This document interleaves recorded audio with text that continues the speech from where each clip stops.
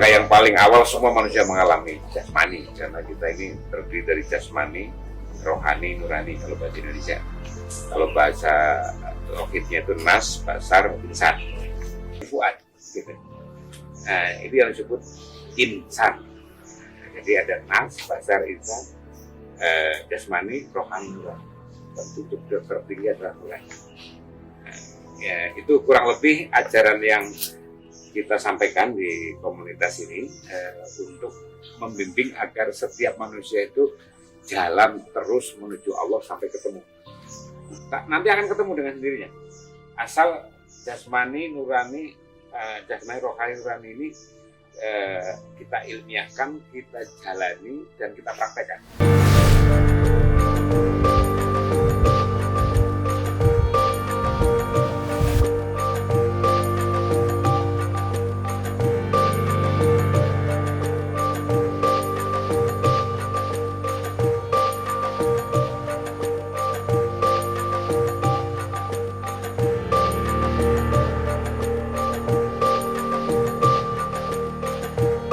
Nah, ini tiga-tiganya ini, nas, basar, insan, itu masing-masing punya tugas yang berbeda-beda.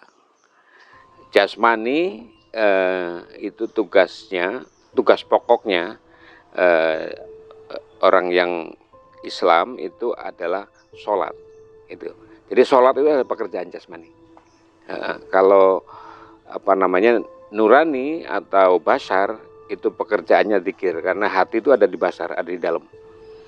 Nah, kemudian insan pekerjaannya adalah munajat. Munajat adalah kita ngobrol sama Allah, sama Tuhan dalam setiap saat dan kesempatan. Jadi tiga anggota tubuh kita, tiga bagian dari tubuh kita, jasmani, rohani, nurani, itu sama-sama punya tugas yang berbeda-beda. Nah, dalam keseharian maka kita bisa tiga-tiganya kepakai. Sholat itu jangan dibayangin hanya sekedar 5 waktu. Sholat itu bisa sepanjang waktu. Misalnya kita melangkahkan kaki ya, kaki kanan la ilaha, kaki kiri ilallah.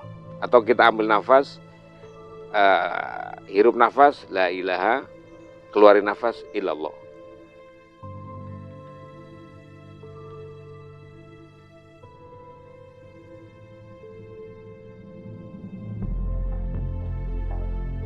Jadi penjelasan singkat tadi tentang nas, basar, insan, jasmani, rohani, nurani itu adalah cara mudah untuk kita mengenali diri kita.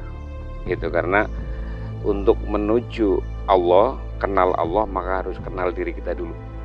Jadi man arafa nafsahu, siapa yang mengenali dirinya, faqad arafa rabbahu, maka dia akan mengenali Tuhannya. Nah, kenapa harus mengenali dirinya, dan kemudian baru kita mengenali dan kita bercita-cita untuk sampai ketemu Allah? Sebab ada ayat inna lillahi, inna sesungguhnya kita semua iku lillahi, miliknya Tuhan, miliknya Allah. Wa inna, dan kita semua ilaihi, kepada Tuhan, rojiun, pasti kembali. Nah, sebelum kita kembali, kita harus mengenali diri kita dan mengenali Allah atau Tuhan kita. Nah, itu makanya perlu ada penjelasan nas, basar, insan, atau jasmani, rohani, nurani. Nah, kemudian yang Mas Dul tanyakan soal kenapa ini Thariqah harus berorganisasi. Nah, ini dan harus didaftarkan kepada pemerintah gitu. Bukankah Thariqah ini adalah jalan selamat masing-masing umat ketemu Allah, urusan personal secara spiritualitas.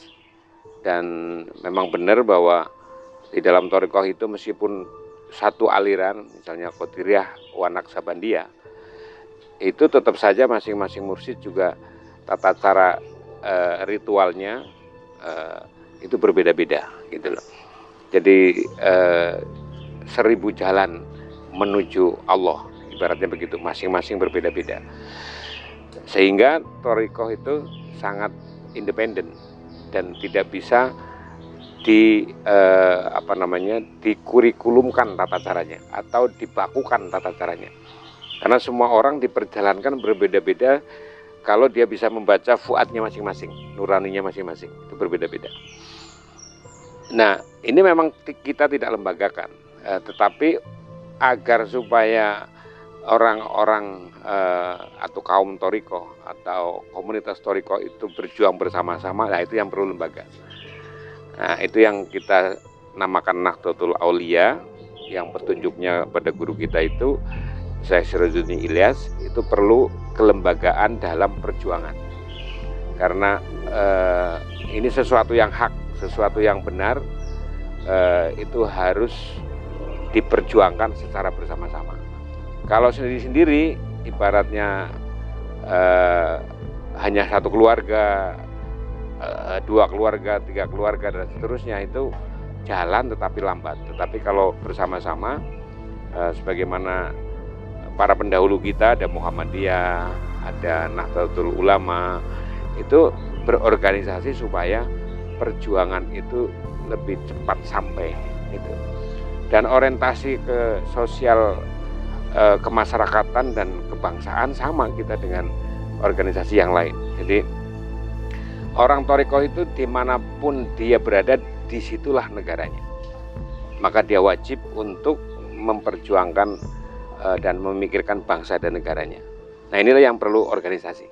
Nah, dan karena di sini aturannya harus ada surat keputusan negara, ya udah kita ikuti. Gitu. Karena kita juga tidak mau sembunyi-sembunyi. Nah, kita berthariqah secara terbuka, dan memang sebaiknya thariqah itu terbuka. Supaya apa? Supaya semua umat itu mengetahui, paling tidak mengenal soal tertarik atau tidak tertarik, lagi-lagi tergantung petunjuknya Tuhan, petunjuk Allah di dalam fuad masing-masing. Yahdillahu may yasha wa yudillullahu may yasha. Allah lah yang memberikan petunjuk, Allah jugalah yang menyesatkan hambanya gitu. Nah, kita kan nyari petunjuknya Allah yang istilahnya yang menuju selamat gitu, yang tidak yang menyesatkan gitu. Nah, tugas kita Mas Dul itu hanya menyampaikan aja. Thariqah harus dibuka, siapapun harus mendengarkan gitu, dan syukur Allah ngasih petunjuk, mau belajar gitu dan mau mengamalkan. Karena thariqah itu bukan teori, hanya bimbingan menuju praktek gitu. Di sini hanya bimbingan gitu. Yang selebihnya adalah praktek. Maka sangat terkait erat dengan kehidupan sosial sehari-hari. Kalau thariqah kok tidak merubah jiwa-jiwa manusia menuju jalan yang benar, itu berarti dia belum serius berthariqah. Berthariqah tidak berarti meninggalkan pekerjaan, tidak berarti meninggalkan aktivitas, tidak berarti meninggalkan keluarga, enggak.